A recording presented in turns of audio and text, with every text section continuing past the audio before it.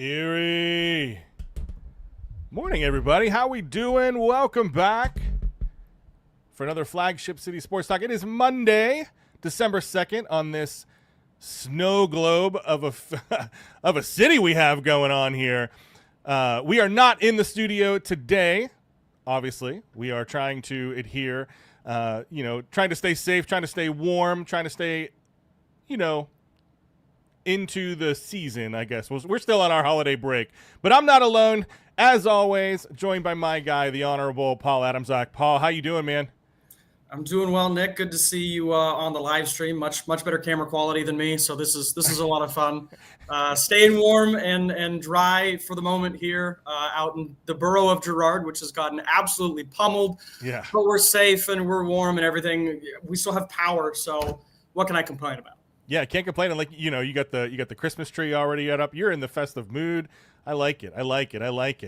Thanks to my wife. Yes. Yeah, absolutely. He may not be pushing many buttons today, but we got the great and powerful Rich Smith with us. How you doing, Rich? Not too bad. Yes, I have ceded the phenomenal cosmic power today to Joel, who is back at the station. You can probably hear my heater going because it's cold out there, as they say in Groundhog Day.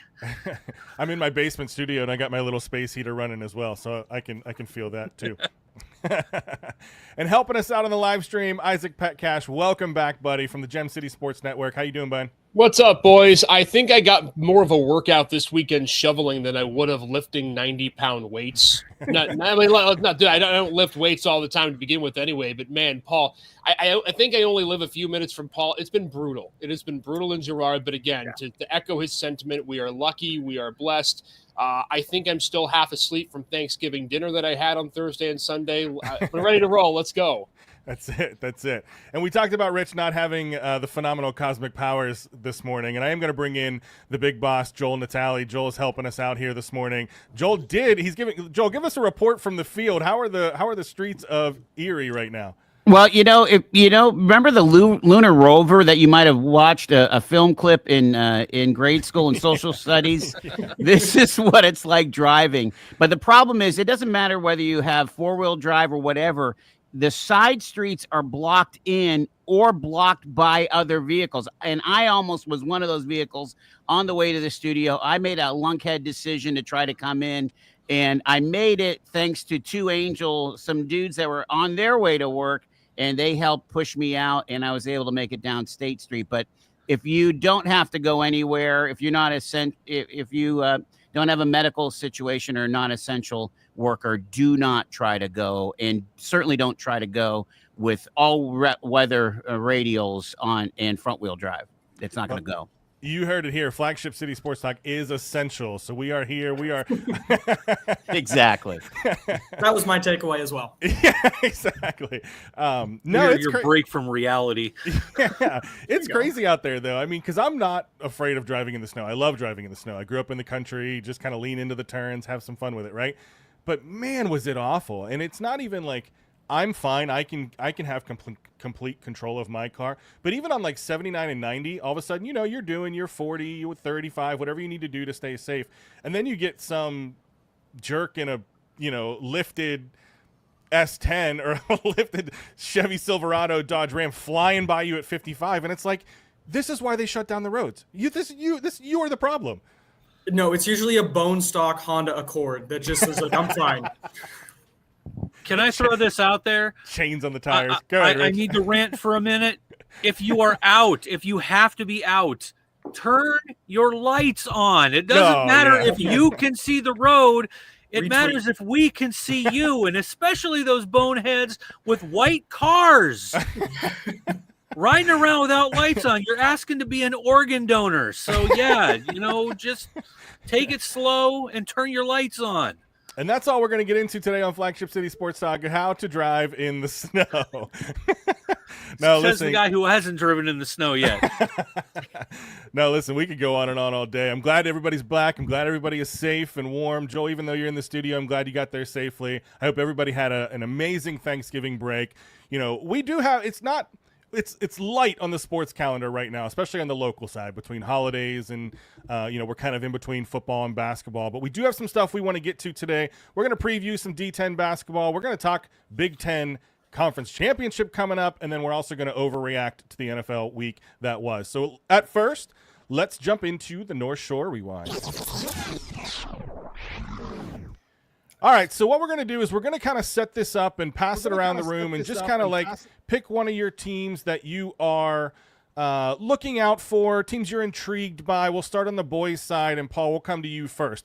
What D10 boys basketball team are you keeping an eye on in the preseason? Well, I went through all the returning region all-stars, first and second team from last year.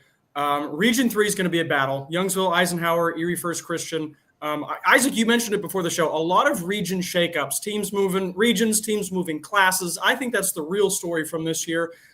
I think the team I would keep an eye on, I'm tied between Region 2's Rocky Grove, who has 3 returning all-stars, and Region 7's Meadville, who they're in that big region with Erie and Cathedral Prep and McDowell. They have 2 returning all-stars. So I think both those teams are going to be definitely teams to watch. I have them as my predictions for region champs at the end of the season.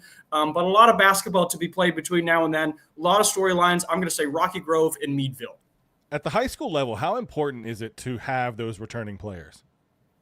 Oh, it's absolutely essential. Any basketball coach will tell you having experienced players bodes really well for you at the high school level.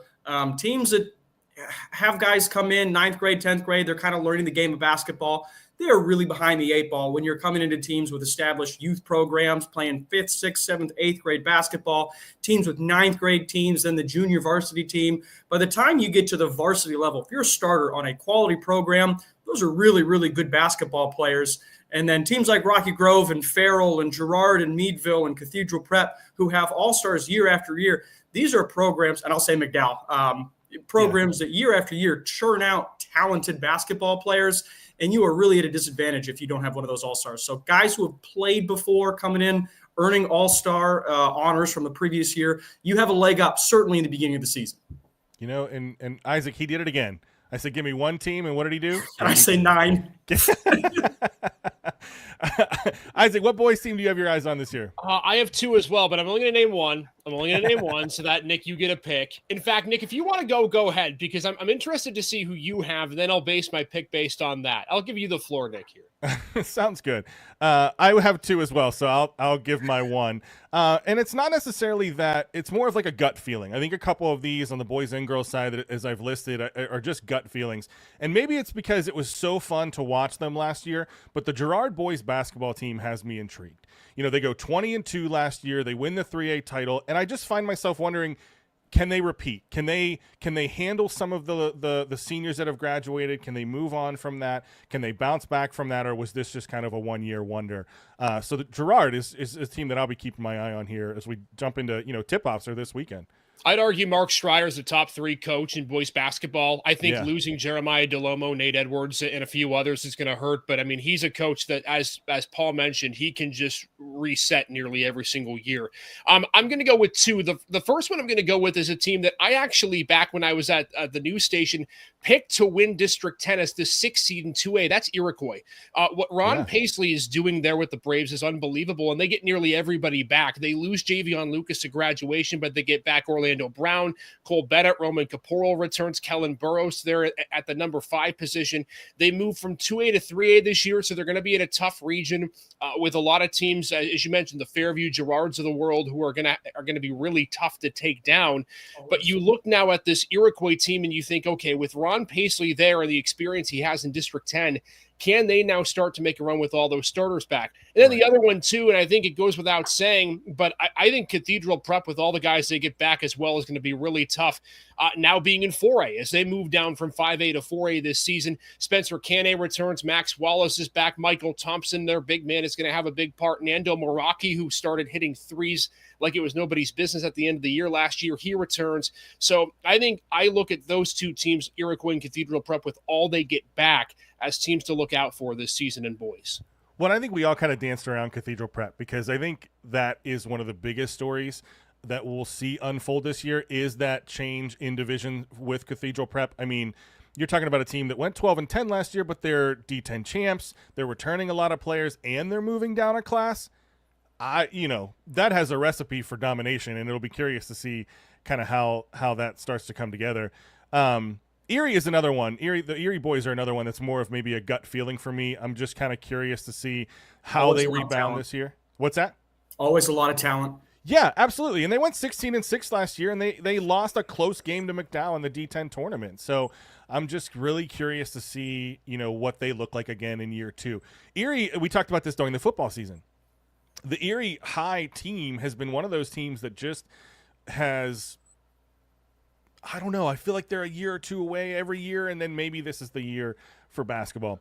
All right, really quickly, can we jump over to the girls' side? Paul, who do you have on the girls' side that you're excited to see this year? Region 3, Northwestern, the best girls basketball player in the district. Her name is Michaela Presser-Palmer. She's only a junior. She's 6'3". She can take it in. She can drive inside. She can shoot from the outside. The entire team is built around her. She was the best player in the district as a sophomore last year. She's only going to get better. Yeah. Isaac, how say you? Yeah, I would agree with Northwestern. I think they're going to be a big team to watch. I would also keep an eye as you move down on a team like Fairview, who gets nearly everybody back, and they're going to be in 4A this year. Also do want to clarify, when I talk about Iroquois playing teams like Fairview, Girard, I mean in region, not in classification, with Fairview and Girard moving up to 4A. But I think Fairview's going to be another team to watch. Aaron Garrity has a lot of players coming back, and I think they'll be one to look out for this season. Yeah, nope. I had Fairview as well. Lost in the PIAA quarterfinals against Blackhawk last year. Another team that just was a lot of fun to watch. Mercyhurst Prep is a team that I wrote down as 21-3 last year. They obviously won the D10 titles, made it all the way to the semifinals in the PIAA. So I'll be curious to see, kind of what they have coming back in. All right, that was Olivia Kulik, so that'll be tough. Yep, that was the North Shore Rewind, brought to you by Dustin's Funeral Home. We got to take a break, but when we get back, we're talking Big Ten championships. You're listening to Flagship City Sports Talk, brought to you by Quickfill.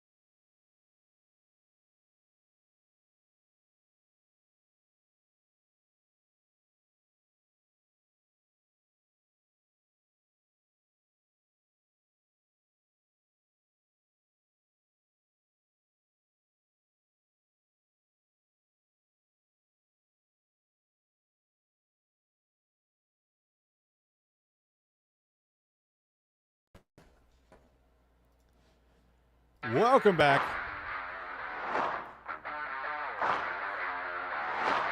Working out some kinks here this morning.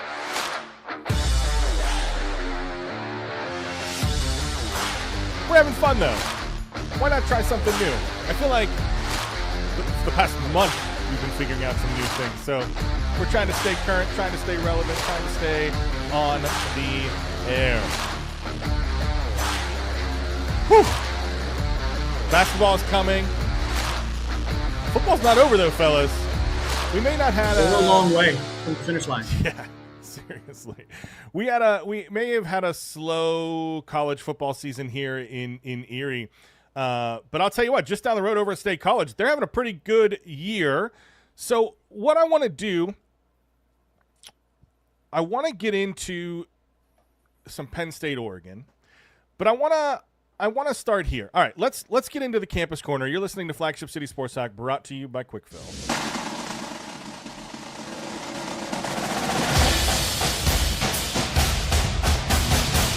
All right, I want to plant my flag for a second. Oh, too soon? Too soon? Too soon? Can I do this? You're allowed. You're the host. I don't understand.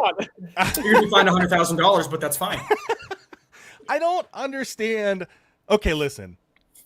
If I'm the home team and I lost a big matchup, any matchup, and the visiting team takes their flag and plants it at center field, they deserve to. I don't know where you guys sit on this whole if you have no idea what we're talking about, Google it. But there were 4 or 5 games yesterday where you had the visiting team, maybe a little bit of an upset, take down the home team, and they take their school flag and plant it at midfield, and it started 5, 6 different games had brawls, literal brawls that came out because they planted their flag.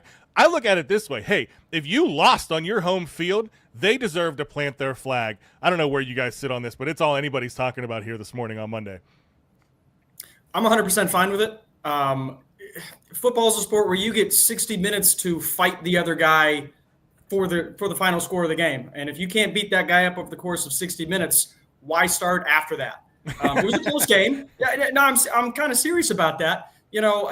The word classless was trending on Twitter for a long time, Saturday and into Sunday morning. I don't know if classless, if that's going too far. I can understand being upset. Nobody likes to lose. Cam Newton's phrase, you show me a good loser and I'll just show you a loser. So I understand Ohio State is upset. They've now lost 4 straight games to Michigan, but they scored 10 points in that game on their home turf. That place was packed. Was it a scarlet out for the whole weekend there at Ohio State? The basketball, the football, they had a volleyball match as well. So you lose to Michigan, that's a big loss. But starting a fight after the game because somebody planted a flag in your turf, come on, man, that's pretty low brow. And that's the game it kind of started with, right? Michigan, yeah. Ohio State. Because that was the big noon, man. Right, absolutely. Big noon kickoff, Michigan there. They upset Ohio State 13-10, and then they plant their flag at center field at the 50-yard line, and all of a sudden a melee breaks out. And like you said, the Big Ten fined both Michigan and Ohio State $100,000 for each role in the brawl. Isaac, should a team be allowed to plant their flag, or should we just move on and end the game? Well, I think, look, college football is a sport that more than anything is steeped in tradition, right? Even more so than the NFL, certainly more than high school. And I think when you take away the opportunity for kids to have fun, I think that puts a real damper on the game. Look, the teams mean no malice by it. It's not like they're trying to pull a Devin Bush and destroy the midfield logo at Michigan State. Agreed. Right. You're simply saying, hey, look, we won. We deserve 5 seconds to be able to show that we were the better team. I don't really get it. I think for me, it's a little bit different than if you did that in high school. I think high school is all about development. It's all about growth. I don't want to see that in high school games. And I don't think we do around this area really ever. But what's the point? I mean, again, you look at a guy like Jack Sawyer who goes 4 years, he comes back to Ohio State, and he still doesn't beat Michigan. So you're going to try to tear someone's head off after the game, but yet, to your point, you still can't get the stop when it matters most at the end of the game. I just think overall, you got to give these kids a chance to express themselves. They're 18 to 22-year-old kids, after all. I have no problem with it. And I really have no problem with the way the Michigan-Ohio State game ended, because it lets us have this talk in this segment about Penn State, Oregon. And we will absolutely transition to Penn State. And I'll leave it with this, too. I think what is the most exciting part of college football are the rivalries, right? Yes. In the NFL, you kind of have it. You have Pittsburgh, Baltimore, but you don't have a lot of rivalries in the NFL anymore. And I think a lot of it comes down to the parity and the fines and things like that. And that's the game they're trying to control.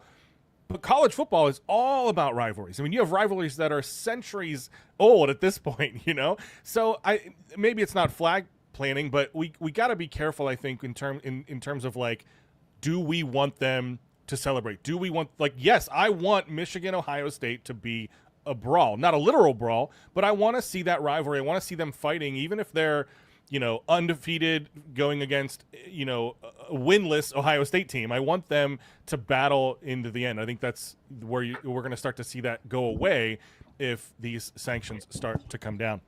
Now, Isaac, you mentioned this. Penn State is a benefactor of the Ohio State loss because they move up to number 3 after their 44-7 win over Maryland. And what that does is it puts them into the Big Ten title game since Ohio State loses. Penn State will face Oregon in the 2024 Big Ten Championship on Saturday at 8 p.m., Lucas Oil Stadium in Indianapolis. This is going to be a great game. Or it's going to be an absolute blowout by Oregon, yet to be determined. So this is the 5th meeting between the programs, but Oregon's first Big Ten title game, because this is their first year in the Big Ten. They came over. You're kind of thinking, okay, how are they gonna work on this playing field here in the Big Ten? And they come out and go undefeated into the Big Ten championship game. I think what I'm curious about in terms of the storyline for me for this game is James Franklin needs to win this game. Forget about the players for a second, but one of the James Franklin doubters are coming in saying he cannot win a big game. Well, this is as big as they come for James Franklin and the Nittany Lions. Paul, how say you? Well, agreed with your point on that, 100%. You face the number 1 team in the country, it's a big game regardless of the circumstances. And for James Franklin, you're kind of right. He's a good head coach. I feel like I'm one of in the minority. The fire James Franklin crowd, I feel, gets louder and louder every year. I'm not on the team fire James Franklin. I think he's a fantastic CEO/head coach. He's not the X's and O's guy on that coaching staff. He hires guys for that, and I think he's done a pretty good job of that over the course of the years. A lot of coordinators have gotten head coach jobs after serving under Coach Franklin. As far as this game goes, it's going to be a battle. I don't think this is a blowout at all. I actually have Penn State winning by a field goal. This is going to be a battle in the trenches. I think this comes down to 2 names. Tyler Warren, Oregon is going to game plan entirely around number 44, and deservedly so. 1,100 scrimmage yards, 10 touchdowns. He's played like 9 different positions on the offensive side of the ball for Penn State. And secretly, Nick Singleton is the healthiest he's been since probably week 1 or week 2. 87 yards and 2 touchdowns against Maryland in light duty. He played 2.5 quarters. I think this is the healthiest we've seen Nick Singleton all year. And I've said, as good as Katron Allen is, Nick Singleton is the NFL running back on this team. And having a healthy Singleton back there, Penn State has a really, really good offensive line. They're very stout along the defensive line. It's going to be a matter of who can control the trenches. And when you're in Indianapolis playing in that dome, there's going to be no weather to contend with. So this is really going to be who controls the line of scrimmage, who can run the ball, stop the run, and really – it's kind of cliche who has the ball last. No, sure, for sure. Singleton and Katron Allen lead the Big Ten in rushing too. Isaac, I spent too much time honking about flag planning. We got about a minute left. What's your key to this game? It's Drew Aller, who has, in the last 6 games, underperformed in my view. He hasn't had a 300-yard passing game since the USC win. He's only had 1 game with multiple passing touchdowns since the USC win. This guy has to throw the football down the field. As Paul said, weather's not a factor. You're going to be able to face an Oregon secondary who's been really good. And the problem with the Nittany Lions is Oregon's front 7 is one of the best in the country. So if you're Aller, you're going to have to take advantage of the one-on-one matchups as Ohio State did in the Oregon game despite a loss. And if Aller can throw multiple touchdowns, Penn State has a chance. If he doesn't, yeah, I agree. Shout out to Chris Lothar on X. I would also like to see a winless Ohio State team. Thank you. It'll be a while till that happens. I am with you there. I want to see Abdul Carter just dominate Oregon as well. He's been heating up as of late. Before we take our break, take a second to thank all of our sponsors: Quick Fill, Duskus Funeral Home, Dauber Auto Supply, John's, Denny's Sales and Service. Without them, we wouldn't be here for you. You're listening to Flagship City Sports Talk, brought to you by Quick Fill.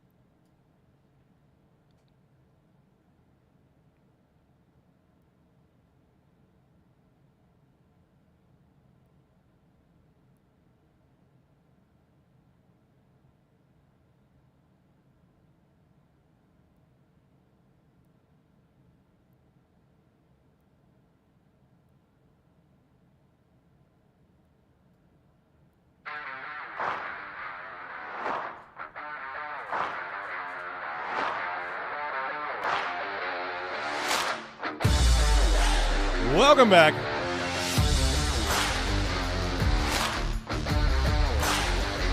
Guys, I have too many buttons to press this morning. Who gives me this kind of control? That's why I need Rich. We were talking about breaks when I was pushing us out of the break very poorly. It'd be nice to see a winless Ohio State team. I don't know about you guys, but that's all I've seen on Ohio State X this morning and yesterday from friends on Facebook was Ryan Day's got to go. So I don't know. Maybe we'll see the fall of the the dynasty. It's the same question as when they say fire James Franklin. Okay, who do you bring in that's better? Right. Give me a name. There's a guy named Mike Vrabel that might do a decent job. Do you think he's going to jump to college? Why not? If they offer him the moon? I don't know. I think he's going to get an NFL job. I agree. I think he would. I'm just saying that he's got ties. I don't know. After tonight, he may be the coach of the Browns. We'll see how tonight goes. We'll get there. Welcome back to Flagship City Sports Talk, brought to you by Quick Fill. We're going to finish out the show as we have done the last couple of weeks. It's been kind of a fun segment. I think we're going to keep it going. Overreaction Monday here on Flagship City Sports Talk. And, you know, we always let Isaac bring the segment in because he's the mastermind behind the segment. But I'm going to throw one at Isaac first, because this is a conversation we've had all year in terms of the Steelers and who should be the starting quarterback. Now, Isaac, yesterday's game, I think, was a game that everybody was waiting for to have from Russell Wilson, right? We knew the Bengals offense was going to be putting up a lot of points, and the question was, can the Steelers keep up? We know the Bengals defense is bad, but is the Steelers offense really good? Wilson goes 29 of 38 for 414 yards, 3 touchdowns, an interception. Isaac, reaction or overreaction? Russell Wilson should be the quarterback for the rest of the season. Well, you got to let me get to my first one, because I think my first one that I was going to ask would actually give that answer away. I'll flip it back at you. My short answer, and I've been a Justin Fields guy all season, is yes. And I'm actually going to take it a step further. Forget the rest of the regular season, gents. Russell Wilson's leading the Steelers to the AFC title game. Talk about a turnaround. You will notice it is an overly positive, maybe more than necessarily positive overreaction Monday. I understand Cincinnati's defense is the worst in the league. I get that. But I guess I just see calmness from the guy, and I didn't expect him at this age to be able to throw the ball with consistency down the field. So you know what? I'm all in. If I either have to be all in or all out, now I'm all in. I hope at some point I get proven otherwise, because then my point at the beginning of the season is going to look dumb. But there you go, gents. Russell Wilson's going to have Pittsburgh in the AFC Championship game. Paul, just when we thought he was out, hold him back in. What do you think, Paul? He leads them to the title game. That's tough. I think they're a top 3 team in the AFC. I don't know if I can put the Steelers over top of the Kansas City Chiefs and the officials or the Buffalo Bills. It's going to be really, really tough. I think they're in the conversation, which is about the best compliment I can give the Steelers at this point. Yeah. I'm fairly confident in saying that I've been on the Russell Wilson train since before the season. So I feel glad that I was right about the Russell Wilson pick. I don't know if they're the best team in the AFC. I can see it happening. They have a great defense. They have the style of offense that plays well in January. They can run the ball. They can do the play action game. They have a quarterback that doesn't he took 2 sacks and lost 4 yards yesterday. He threw a pick, which happens when you're throwing the ball 40 times. I think the Steelers are built for it. Whether they get there or not, it's a toss-up. Yeah. I'm going to go with overreaction, and it's not as much as Russ, as I just don't think the team as a whole is better than the Kansas City Chiefs or the Buffalo Bills, and they're going to likely have to go through one of them, if not a rematch against Baltimore. The Chargers, listen, I've been honking on the Chargers since the start of the season. They are heating up at the right time as well, momentum coming into the playoffs. I don't think that the Steelers, if they have to go through Buffalo or Kansas City, I don't think they can make this AFC title game. I think Russ is playing well, but like you said, Cincinnati's defense isn't that great. I think the Christmas Day game against Kansas City is going to be a huge tell for how the Steelers end up in the playoffs. I mean, I don't know. I watched the Chargers need a couple of horrible Kirk Cousins INTs to slip by the Falcons yesterday. I watched the Ravens. They couldn't score against the Eagles at home. The Chiefs, it seems like they have 1,400 one-score wins, and they needed a terrible snap to beat the Raiders, who can't beat any. We're gonna get to it a little bit, because there's a little bit of a trend line with my overreactions here. But I've got the Steelers, I think, in the AFC title game, if I had to say it today. By the way, we talk a lot about Russell Wilson, right? And deservedly so. He's continuing to have success as a starter. But, Najee Harris is sitting with over 800 rushing yards. He had over 100 all-purpose yards yesterday, had a big rushing touchdown. He comes out with an injury. He's playing well. And all the talk was about how, they declined his fifth-year option this year. They're probably going to let him walk. I disagree. Najee Harris should get a contract extension at the end of the year. I think he's deserved it. I think he's the best running back on the team. I think he should be re-signed after this season. I'm going to go first on this one because I'm going to say overreaction.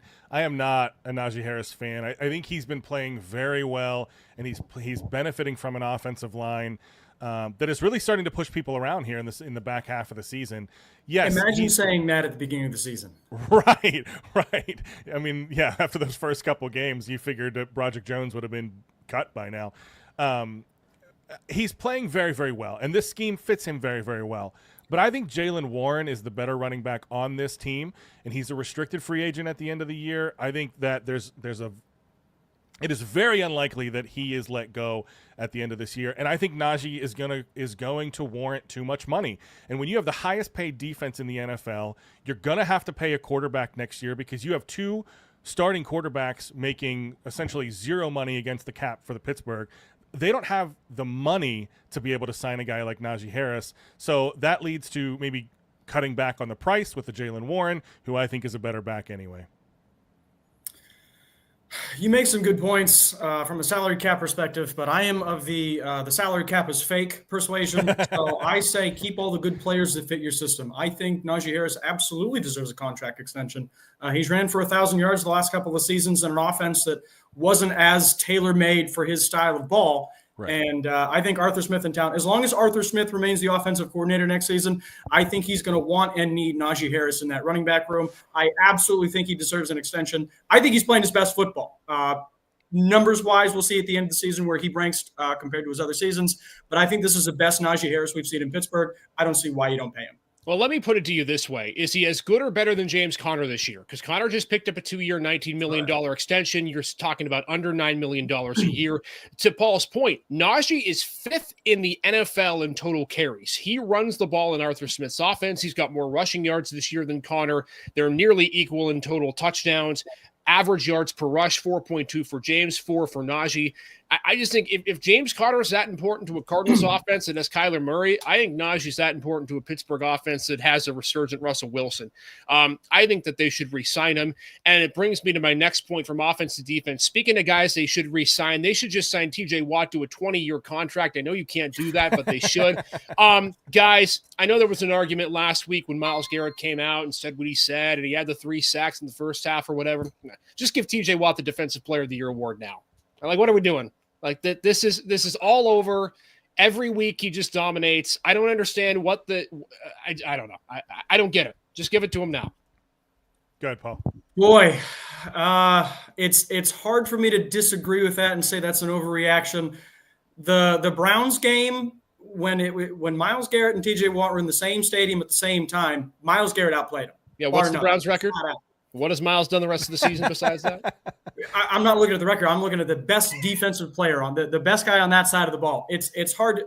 They're 1A, 1B. I'm going to say not an overreaction because, like you said, they are the better team. They have benefited more because of TJ Watt's presence. Best defensive player in the league. I don't know. If I'm picking a team today, I think they're both the same age. I'm taking Garrett over Watt, but who had the better season? It's close. I'm going to say not an overreaction because I can't refute you right now. I'll find some stats and I'll get back to you. I can, and I'll give you the stat. It's because he's 7th. He's 7th in sack leading right now. Listen, there is no denying the fact that Watt is disruptive on defense. I mean, any chance he's in there, that quarterback is keeping an eye on him. They got to double team him, triple team him. But I don't think he's the reason the Steelers are necessarily winning games. The first half of the season, absolutely. Those strip sacks, fumble recoveries. But then he kind of cooled off really until this game against the Bengals. I think if I'm looking at the Defensive Player of the Year award right now, I'm actually looking at the guy they just faced, and that's Trey Hendrickson. Hendrickson is on a bad defense and is constantly being outscored. So that means the offenses that he is playing are typically focused on the run because they're trying to grind out wins on the ground. This is a guy that even though they're down in a lot of games, he still has 11.5 sacks on the year in really looked great again against Pittsburgh. So I don't know that he's Defensive Player of the Year, but I think there's a lot of candidates, and I think Watt has to have a standout next 4 games, which he really can be. I mean, you're talking about upcoming games against Hurts. You're talking about upcoming games against Mahomes. If he can disrupt those offenses, yes. But I think right now, no, I don't think he's done enough to earn that right now. All right, guys, we got about a minute left. I want to make this one quick. The only negative I saw yesterday was the fact that George Pickens is turning into Antonio Brown. They need to bench him for at least 2 games and get him right. I agree with the first half. Overreaction on at least 2 games. Give him a quarter, give him a game, mostly because I don't think the offense could function without him. But, yeah, I mean, that was ridiculous watching him on the field. He looked like a baby in Pee Wee football. I agree in that I think he should be suspended or benched, rather. I'm going to say 1 game, but I mean, the other side of it is this. This was George Pickens of Georgia. This was a first-round pick talent at wide receiver that fell to where he did because of the way he is. So you kind of reap what you sow.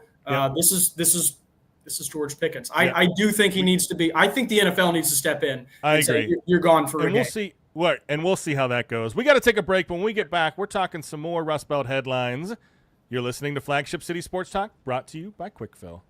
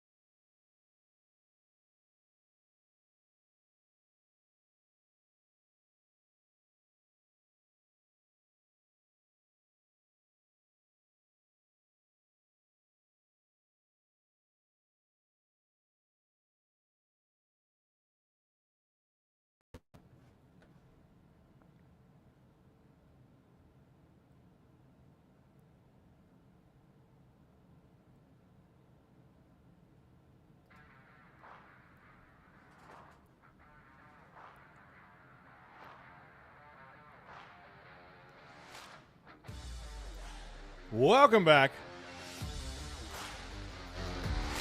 You're listening to Flagship City Sports Talk, brought to you by Quickfill. I could have done a whole 30 minutes on Pickens alone. I'm not going to get started.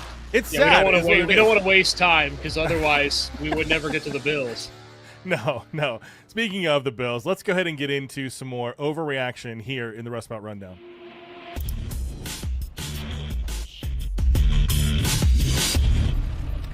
All right, Bills overtake the 49ers last night in a snow globe, 35-10. Isaac, what are some of your overreactions coming out of this game? Yes. So the Bills were doing a lot of scoring, and the fans were doing a lot of shoveling on Saturday night because of all the snow. They're going to have to do a lot more shoveling the rest of the season because the AFC title game's getting played in Orchard Park. See what I did there, guys? Bills hosting the AFC Championship game. Not an overreaction. The Bills have played the best football in the AFC thus far this season, with a few weeks to go. But I don't see that as an overreaction. I don't know who's left on their schedule that's going to stop this Bills team that is absolutely rolling right now and healthy. Oh, yeah, and they're getting better and better and healthier and healthier. I think if they keep rolling this way, barring any injury, I know we always say that, but barring any injury, I absolutely think the AFC title game will be played in Orchard Park. And how poetic. You tell me that there's not an NFL script if we have Buffalo, Kansas City in a snow globe game in Orchard Park as the new stadium is being built right across the street. No, I don't think this is an overreaction at all. I think it's very, very likely. Yeah, I mean, you look at, okay, Buffalo's sitting one game record-wise behind the Chiefs, right? They've got the tiebreaker in hand. So if you're Buffalo, winning out, I don't know is likely because you got to play Detroit. But let's say you end with 3 losses, right? So Casey's going to lose 2 games somewhere. Their schedule's not easy for the Chiefs. Chargers at Cleveland, Houston at Pittsburgh, at Denver. I think Casey's guaranteed to lose at least 2 more games, and that would put Buffalo, in my view, with the number 1 seed, or maybe Pittsburgh. But I do think at the end of the day, the Buffalo will have a better record because I don't see Pittsburgh winning out. So I think the Bills are going to host the AFC Championship game. And regardless of who they played, man, that place would be a zoo in Orchard Park. Paul, I know last week I said your Dolphins were going to probably make the playoffs, and I'm not talking specifically about Miami here. There's 3 other teams for this topic, but last night was 5 straight division titles for the Buffalo Bills, right? Mm-hmm. I don't understand why it needs to stop at 5. As long as Josh Allen is quarterback, the Bills will win the AFC East every year while he is under center. If there is a year this year that describes that, it would be this one. They're not losing the division until Josh Allen is not playing quarterback for them anymore. Wild overreaction. Wild. Really? Because you're in the same division where Tom Brady cooked everyone for 20 years. Well, is Josh Allen willing to cheat as often and as hard as Tom Brady did for 2 decades? I don't think he is. But no, I think if Miami gets a competent offensive line, which is going to start from the GM, hint, hint, Miami's going to be able to play. The problem with the Dolphins is when they play in Buffalo, if it's under 32 degrees, it's a win for Buffalo. Yeah, I think that's an overreaction as well, just because of the parity that's in the NFL. I mean, you're talking about, okay, Allen, you're probably talking at least, another 10 years of Allen? 8 years, maybe? Like, 6 or 7 of prime. Quarterback's still 34, 35. I think he's 28, 29 right now. Yeah. So you'd have to think, like, sooner or later, one of these other AFC East teams would have to figure it out. I think in terms of, like, I'm not saying Josh Allen is a bad quarterback. I just think in terms of the odds of the next 10 years, I mean, even the Patriots lost an AFC East here every now and then. So I think overreaction. I mean, you look at the division, though, right? New England's a mess. Maybe they found their quarterback, but they're at least 5 years away from contending. The Correct. Jets, I don't think they're ever going to contend. I mean, that's football's bugaboo. Not until they sell the team. Miami, I mean, they've got pieces, Paul. You know that, but Tua's not getting any younger. Tyreek's not going to play 5 more years. He may not play 3 more years. And you look at, okay, is the defense really going to be able to stop Josh? This division lines up so perfectly for Buffalo to keep dominating because Buffalo, despite having a big contract with Josh and some other contracts they'd like to get rid of, they're set up because the offense, they're really not paying anyone massive amounts of money in particular outside of their QB. I just think it's set up for a while for Buffalo to win it, and I wouldn't bet against Josh Allen for my life. Speaking of Josh Allen, I don't know if there's anybody in America you'd rather be than him right now, right? He gets engaged last week. He's probably going to win MVP. He just won the division title. He's making snow angels with Sean McDermott. I'm going to put this one out here, guys. And it's not because of the wins that they have, because Patrick Mahomes has won more than Josh Allen. But today, if you're asking me who I'd rather start my franchise with, I'd rather start it with Josh Allen than Patrick Mahomes. Ooh, that's a good one. Yeah, usually I have a pretty quick answer. For this one, I got to I'll give it to you this way, Nick. You can take a second. I play a lot of Madden. All right, I'm a Madden football guy. If I'm starting my franchise on Madden, and I only have those two quarterbacks to pick between, I am picking Josh Allen because of rushing ability. It's that third element. He can. Yeah, he can and keep in mind when I talk about this topic, run. when I talk about this topic, we're talking you don't get the head coach, you don't get the players around him, you don't get the organizational stability. You have to pick, okay, which quarterback would you rather have your franchise with? I would take Allen with his talent, his running, and I mean the guy hasn't missed much this year. I think I have to agree with you. I mean, I love Pat Mahomes. Like I think Mahomes is easily top 3 quarterback of all time, and we'll finish that way. I mean, he is so smart. He can throw the ball off of any foot, any hand. I mean, he can just make throws that other people can't make. He's got the talent and he's got the brain. Where I hem and haw is like, can Allen last as long as Mahomes? If I'm thinking of like GM, who's going to have longevity. But Allen, man, would I rather have, 8 good years of Josh Allen in a Super Bowl or 2, or 15 in Mahomes? I just can't bet against Allen right now. I mean, he's the first quarterback to have thrown, caught, and ran for a touchdown in one game after last night's game. That hook and ladder was insane, by the way. But totally by accident, by the way. That was not planned at all. Absolutely. No. I love when you listen to Amari Cooper post game too. He was like, I don't know, he ran up there. I thought he wanted the ball, so I tossed it to him. I don't know. I think I'm going to go overreaction though. I just think Mahomes, longevity wise, when you look at the course of a career, I think Mahomes is going to have a better career than Allen. Yeah, it's an interesting one, but a good thought-provoking one. And I just think right now with his talent, his running ability, and he hasn't missed much in terms of interceptions this year. Right. I want to get to a couple with the Browns, but I did have on here that James Cook's the top 5 running back in the league for overreaction topics. He's third in the league with 11 touchdowns. He's going to hit another 1,000-yard game. He's got a big step, a first step, and he had a couple of long runs last night. But let's talk about Cleveland, guys, because I want to keep with the positivity, right? They won last week over Pittsburgh. The defense looked great. Myles Garrett played great, whether he's DPOY, whatever. I'm going to go with this. I think Kevin Stefanski's been a really good coach down the stretch of seasons. I don't think the Browns are going to have a top 10 pick this year. I think they're going to rattle off a few wins that no one sees coming. They're going to win 6-7 games this year, but not be in the top 10. I think you're reacting correctly. I don't see them tanking. They have some winnable games in the back half of the year. Mm-hmm. You're looking at Broncos, Steelers, Chiefs, Bengals, Dolphins, Ravens. I think they could win 2 of those games, maybe 3, depending on what happens in that Ravens game. No, I agree with you. I not an overreaction. I do not believe they'll have a top 10 pick this year. I agree. I don't think they'll have a top 10 pick. I think they'll win. If they go 500 down the stretch, they're sitting at 11, 12, or 13 in the draft order anyway. There's some bad teams this year. I don't think Cleveland's a bad team. I think they've had some mismanagement probably coming from the organization, but they're not a bad team. Jameis Winston has sparked that offense. It's going to be a dangerous game tonight, the Jerry Jeudy revenge game, going back to Denver. So I don't think that's a top 10 pick, not an overreaction. We don't have time for this topic, but let me throw it out there. This was going to be one that I put. Jerry's going to go for 102 touchdowns against his former team tonight. I think he's going off. I think Jameis is going to throw the ball down the field. I actually think Cleveland's going to win tonight.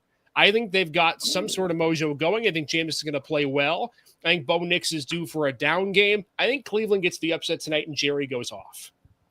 I don't think that's an overreaction. Yeah, I don't think so at all. I mean, revenge game narrative, and Winston's going to know that. I mean, you're talking about Jameis Winston, who handed the ball off to Jamal Williams for the touchdown just to get him a touchdown at the end of the game for New Orleans. So, no, I think Winston's going to force feed him. All right, Erie, we got to get out of here. Thanks so much for joining us today. My name is Nick Gartman, signing off for Paul Adamzak, Rich Smith, Isaac Petcash, and the big boss, Joel Natale, helping us out here today. Erie, stay safe out there. Stay warm. That's it. We're done. Have fun.